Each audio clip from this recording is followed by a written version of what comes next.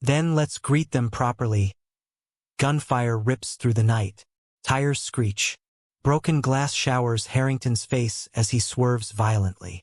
Evelyn yells from the back seat, trying to shield a bleeding Daniel Kearns. Marcus, they're closing in. Hold tight. He slams the brakes. One of the black SUVs behind them swerves too fast and slams into a post. Harrington cuts down an alley. It's a dead end. He leaps out of the car, drags Kearns from the back seat, and helps Evelyn out. Gunmen approach fast. Harrington shoots out a streetlight and disappears into the shadows. Kearns lies on a cot, groaning in pain, his shirt soaked with blood. Evelyn disinfects the wound while Harrington paces. He'll live. Barely. He needs a hospital. Not until we get everything. Kearns weakly reaches for his jacket and pulls out a flash drive, trembling. It's all here. Accounts. Transfers. Private communications. Halstrom's entire machine. Harrington takes it carefully, knowing this tiny device could finally blow the syndicate wide open. Kearns, semi-conscious, mumbles details. Halstrom. He's not just buying judges. He's building a pipeline. Private prisons, cops, prosecutors. Every conviction feeds money back to him. We can trace the funds. This is it. We strike. Not all at once. Piece by piece. Enough to fracture the structure. And then we crush what's left. Back at her laptop, Evelyn runs the bribe video side by side with metadata logs. Frame timing's off. Backgrounds mismatched. There's no light refraction from the envelope because it was never there. It's AI. She puts together a digital forensic breakdown and pushes it out to several independent journalists, some of whom had supported Harrington during his earlier days. A breaking news segment flashes. Expert analysis confirms bribe video was deepfake. Halstrom's team under fire for fabrication. The smear starts to unravel. The narrative shifts. Social media explodes with fury over the deception. Cameras swarm Harrington. He stands tall in front of a city seal, holding a printed still of the AI-smeared video beside the forensic report. You've been lied to, manipulated. The system you trust has been infected not just by one man, but by a syndicate of corruption. He pauses. Tonight, I name just one of them. He drops the name of Judge Clarence Howells, a mid-tier federal judge complicit in funneling cases to private prisons. The crowd murmurs. He's just the beginning. Judge Halstrom watches the press conference in silence. Around him, men in suits argue. You said Harrington was finished. He should be. He's naming names now. This isn't damage. It's exposure. Halstrom slams his glass onto the table. Then we accelerate. Phase 2. End him, publicly or permanently. Back at the hideout, Evelyn intercepts a string of encrypted chatter. Chatter from the syndicate's own channels, likely leaked through their digital forensics team. She decodes a message. Phase 2. Tonight. End him. She looks up at Harrington. They're not just planning a hit. They're sending a message. This is going to be public. Violent. Final. Marcus stares at a wall map filled with red strings. We're not just chasing a monster. We're exposing the rot that fed him. He looks at Evelyn. From this point, we go loud. No more hiding. No more waiting. Behind closed doors, Halstrom's allies grow restless. 2 city councilmen whisper by the putting green. If Harrington names us next, we're finished. We back Halstrom, we go down with him. Maybe it's time we jump. The syndicate's foundation begins to shake from within. The room is dim. Evelyn monitors a dozen security cams. Harrington sits, cleaning his pistol beside a sealed evidence box containing Kearns's flash drive. Then a ping. Camera 6. A black van pulls up. Unmarked. Tinted windows. No headlights. Marcus. She turns to him slowly. They're here. Harrington walks to the monitor, stares at the van. He reaches into the drawer and pulls out a second pistol. The night outside was unnervingly still. No cars on the road. No dogs barking. Only the faint hum of cicadas drifting through the trees. Inside the safe house, the glow of Evelyn's monitors cast pale light across the dimly lit room. Harrington leaned against the wall, jacket off, sleeves rolled up, his face tight with focus. Kearns lay on the couch, his bandaged shoulder bleeding again, but his eyes sharp, scanning every flicker on the security feeds. Then Evelyn's voice cut the silence. "They're here." The words dropped like lead. On the grainy black and white screens, black vans appeared at the tree line, their headlights off. Dark figures emerged, moving with quiet precision, weapons glinting faintly under the moon. Coordinated strike team. The syndicate wasn't sending a message this time. They were here to erase them. Harrington straightened. His voice was calm, measured. "Evelyn, get the files ready. We only get one chance." She swallowed hard and began pulling encrypted folders onto a secure drive. Harrington moved to the gun cabinet in the corner, pulling out a pistol and checking the magazine with steady hands. Kearns coughed, forcing himself upright. "They'll breach fast," he rasped. "The first wave will test the doors. Second will cut power. Third won't leave anyone alive." Harrington looked at him. "You should be resting." Kearns gave a grim smile. "Rest when it's over." The sound came suddenly, metal clashing against metal. A door rattling violently. The attackers had reached the perimeter. Evelyn's fingers flew over her keyboard, sealing electronic locks, rerouting power to the backup generator. The lights in the safe house flickered once, then died. Darkness swallowed the room. Only the monitors glowed faintly. "Kill the lights, buy time," Harrington whispered. A muffled thud shook the walls. Then another. Silencers coughed outside, suppressed shots snapping at the windows. The first wave had begun. Kearns, pale but alert, muttered from the couch. "North wall next. They'll cut power cables and blast through. I've seen them do it." As if on cue, sparks lit up on one of Evelyn's feeds. The north wall trembled under the assault of breaching charges. Kearns pushed himself up, teeth gritted in pain. He grabbed a shotgun leaning against the wall. "Harrington, cover Evelyn. I'll hold them." "You're in no condition," Harrington started, but Kearns cut him off. "I don't care. They want in, they'll meet me first." The wall blew inward with a deafening boom. Smoke and dust filled the room. Figures in black stormed through the breach. Kearns roared and pulled the trigger. The shotgun thundered, the blast echoing off the walls.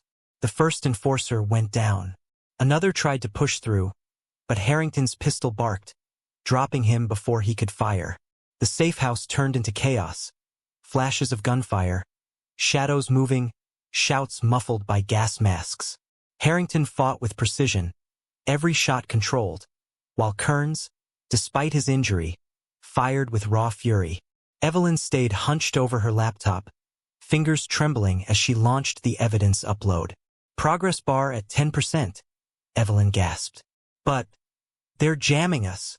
On her screen, red error messages flickered. The signal was being scrambled. "They've got blockers," Harrington growled. "Route through the police frequency. Old code, station 3. Evelyn blinked. "How do you?" "Just do it." Her hands flew. The screen shifted. The bar crawled forward again. 15%, 20%, 25%. Across the city, in his penthouse office, Judge Halstrom watched the siege unfold on a private monitor. He leaned back in his leather chair, swirling a glass of scotch. "End him," Halstrom said coldly into the phone. "Tonight." A voice on the other end hesitated. "Sir, if this gets out, if the files are already moving." "Do your job," Halstrom snapped, cutting the line. But the hesitation had been real. Cracks were forming. Fear was spreading even among his loyalists. Back in the safe house, Evelyn intercepted fragments of encrypted chatter. "Harrington, look at this," she whispered. "Some of them, they're leaking information, covering themselves." Harrington glanced at the screen. Anonymous packets of data routed through multiple servers. Syndicate insiders betraying each other. "They're breaking," Harrington said, "but only if this upload makes it." The bar hit 60%. Another explosion rocked the safe house. The second wave stormed in, this time with heavier weapons. Flashbangs went off, white light searing the darkness. Harrington shielded Evelyn, firing blind into the smoke. Enforcers rushed them. One tackled Harrington, sending his pistol clattering. They grappled in the dust, fists landing hard. Harrington slammed the man into the wall, then broke free, grabbing his weapon back. Kearns stumbled forward, shotgun shaking in his hands. He took down another attacker but cried out as a bullet ripped through his side. Blood poured through his shirt. He dropped to one knee, gasping, but his eyes burned with defiance. He turned to Harrington, voice ragged. "Don't stop, no matter what. Send it." He pulled the trigger one last time, taking down another enforcer before collapsing to the floor. Evelyn screamed. Harrington fired furiously, clearing the room. Then silence. Only the hiss of smoke and Evelyn's sobs. The progress bar hit 95%. "Come on, come on," Evelyn begged, tears streaking her face. The bar inched forward. 97%, 98%, 99%, 100%. The files shot through the network, replicated across secure servers sent to journalists, watchdog groups, and even rival syndicate factions. The syndicate's secrets, names, accounts, bribes, murders were unleashed. "It's done," Evelyn whispered, voice trembling. For a heartbeat, relief filled the room. Then came the sound. A deep, guttural beep beep beep. Harrington's eyes widened. "Get down!" The wall erupted in a fiery explosion. The force threw Harrington across the room. Evelyn screamed as the blast tore through her workstation, shredding the laptop into pieces. Smoke and flames engulfed the safe house. Evelyn crawled to Harrington, coughing, blood trickling from her forehead. "The files, the laptop, it's gone." Harrington, battered and bloodied, reached into his jacket. His hand emerged, clutching a small silver flash drive. "The backup," he rasped. Outside, sirens wailed. Lights flickered through the smoke. But were they police rushing to help? Or Halstrom's enforcers closing in for the kill? The safe house burned like a funeral pyre. Flames clawed at the night sky, choking smoke curling above the treetops. Sirens wailed closer now, distant but multiplying. Harrington staggered out of the wreckage, one arm wrapped around Evelyn to keep her upright. His suit was shredded, his skin blackened by soot, but his grip on the silver flash drive was iron. He coughed hard, forcing air into scorched lungs. Beside him, Evelyn stumbled, blood streaking down her temple. Her eyes flicked back to the burning ruin. "Kearns," she whispered. Harrington's jaw clenched. He didn't answer. There wasn't time.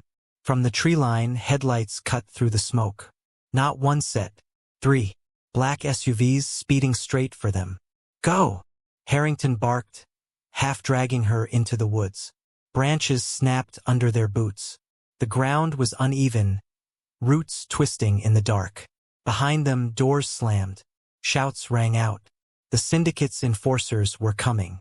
A spotlight flared, cutting across the woods. Gunfire cracked. Bark exploded from trees as bullets whizzed past. Evelyn stumbled, nearly falling. Harrington yanked her up. "Just keep moving. Almost there." "Almost where?" she gasped. Harrington didn't answer. His eyes darted between trees, searching for, there, a rusted drainage culvert, half hidden by weeds. He shoved Evelyn toward it.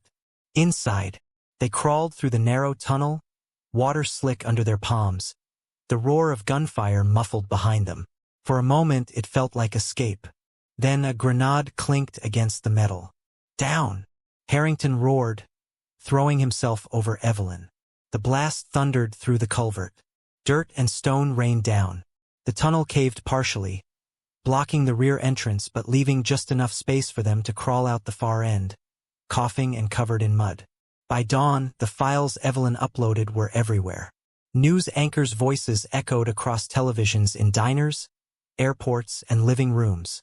Tonight, explosive revelations shake the foundation of our justice system.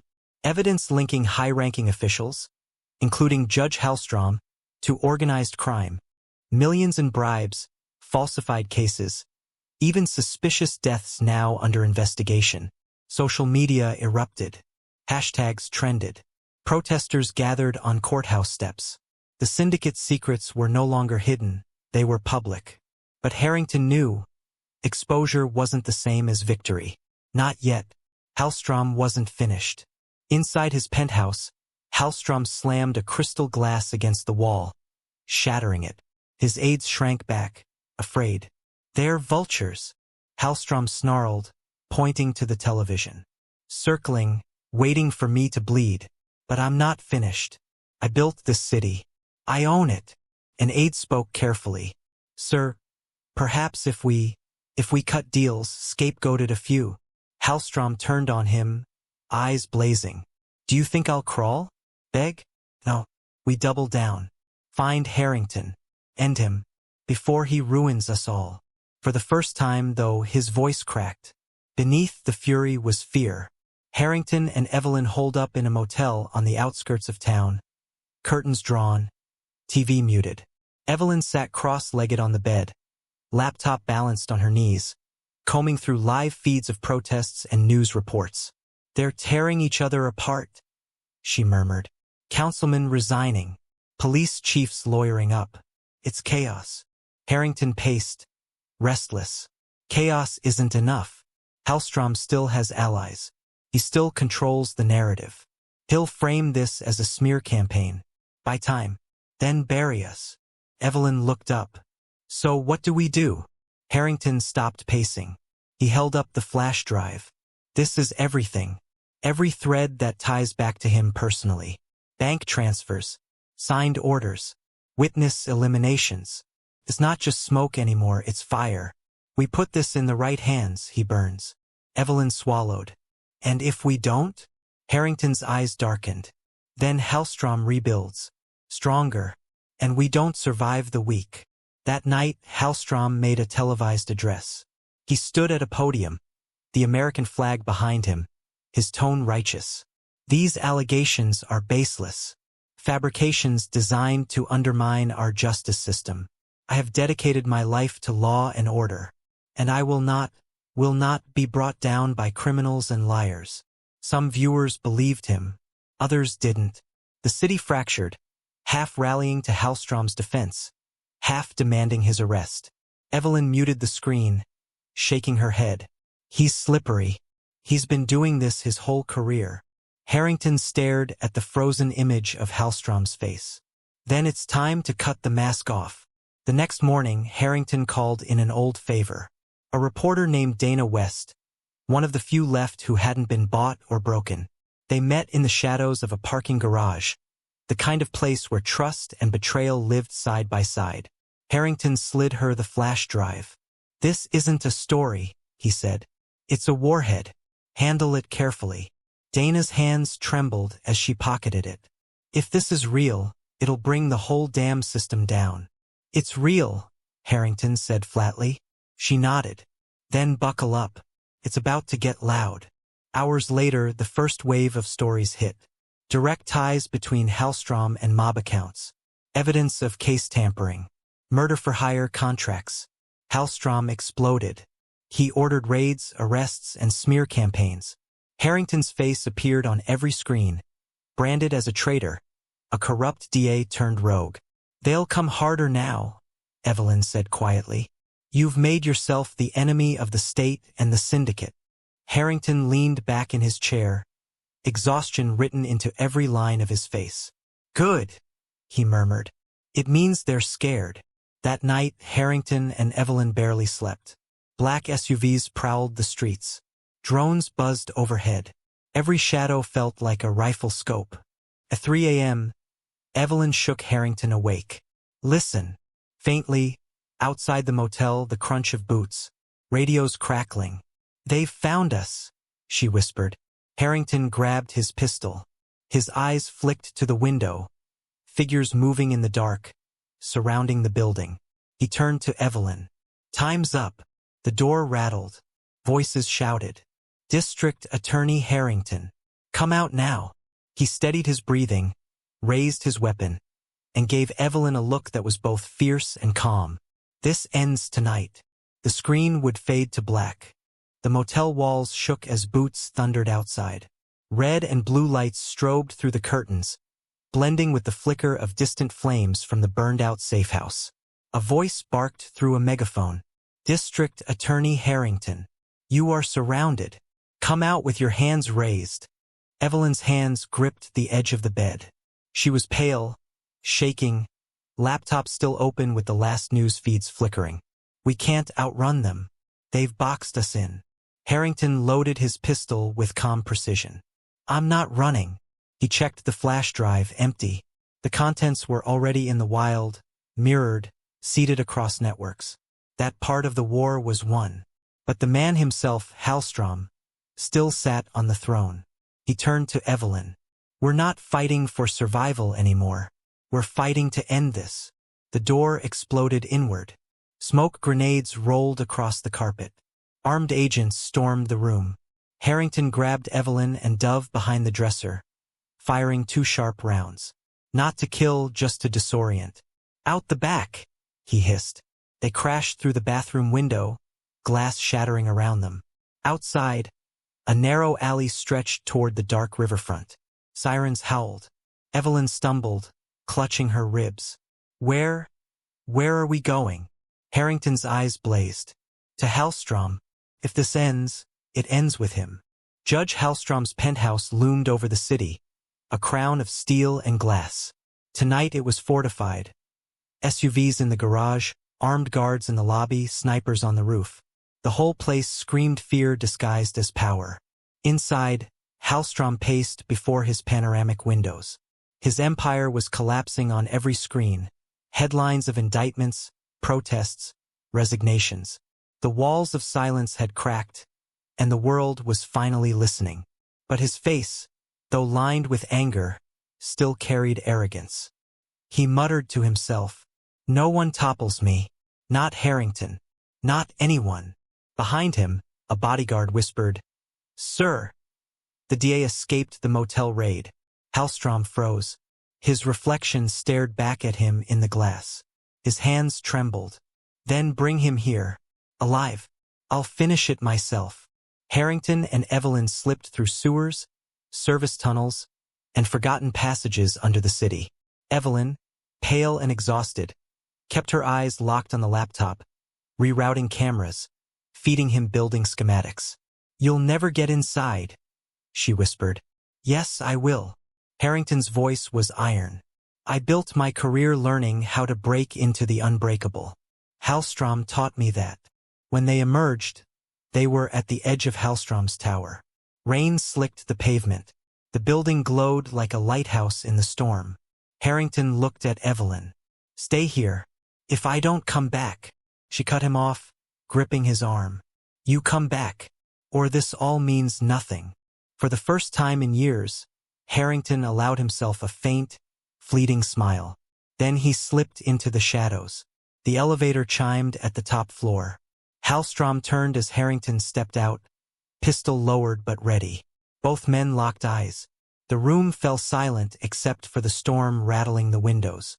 "Well," Halstrom said finally, his voice almost amused, "the prodigal son returns." Harrington's steps were steady. "It's over." Halstrom barked a laugh. "Over? Look outside. Protests come and go. Politicians fall and rise. But me, I endure. You think a few files change that? No. They need me. They always will." "You're done hiding behind need," Harrington said. His voice cut like glass. "The people see you now. Every rotten deal. Every life is destroyed. It's all out there. The mask is off." Halstrom's eyes narrowed. "And yet here you are, gun in hand. Do you plan to execute me, DA? Be the hero and the killer in one breath?" Harrington raised the pistol, then lowered it again, shaking his head. "No, you don't get an easy end. You're going to stand trial. Every crime, every corpse, dragged into the light." Halstrom smirked, though his eyes flickered with unease. "You think the system you saved will convict me? You're more naive than I thought." Harrington stepped closer. His voice dropped to a growl. The system isn't yours anymore. It's theirs. He pointed to the city lights, where chants from protesters echoed faintly even at this height. For the first time, Halstrom looked afraid. Before Halstrom could answer, the windows behind him cracked. A helicopter hovered outside, floodlights slicing through the rain. Loudspeakers roared. "Judge Halstrom, you are under arrest. Step away from the window." Halstrom spun, eyes wide. The fortress was breached. Not by bullets, but by truth and momentum. He looked back at Harrington, rage and despair warring on his face. "You'll regret this. They'll turn on you next. You'll see." But his voice broke. The mighty judge, the syndicate's pillar, was suddenly just an old man staring down inevitability. Guards burst into the room, weapons raised. But they weren't his anymore. They wore the insignia of federal task forces. Halstrom's empire had finally abandoned him. As Halstrom was dragged away, cursing and thrashing, Evelyn slipped into the penthouse. Her eyes met Harrington's, wide with disbelief. It's really over?" she whispered. Harrington let out a long breath, lowering his weapon at last. His shoulders sagged. "No, not over. But the beginning of something better." Outside, the storm began to break. Protesters filled the streets below, their chants rising into the night. For the first time in years, Harrington felt something almost foreign on his face. A faint smile. The battle had been won. But the war for justice would never truly end. News anchors. Judge Halstrom arrested on charges of racketeering, conspiracy, and obstruction of justice. Protesters cheering as police vans roll by. Evelyn closing her laptop, finally shutting it down. Harrington standing at the courthouse steps, raincoat collar raised, watching dawn rise over a city scarred but alive. His voice, a calm, weary narration, closes the story. Justice doesn't come easy. It's not clean. It's not quick. But when the light finally breaks through the cracks, it burns everything rotten away. Halstrom learned that too late. The rest of us learn it now. The end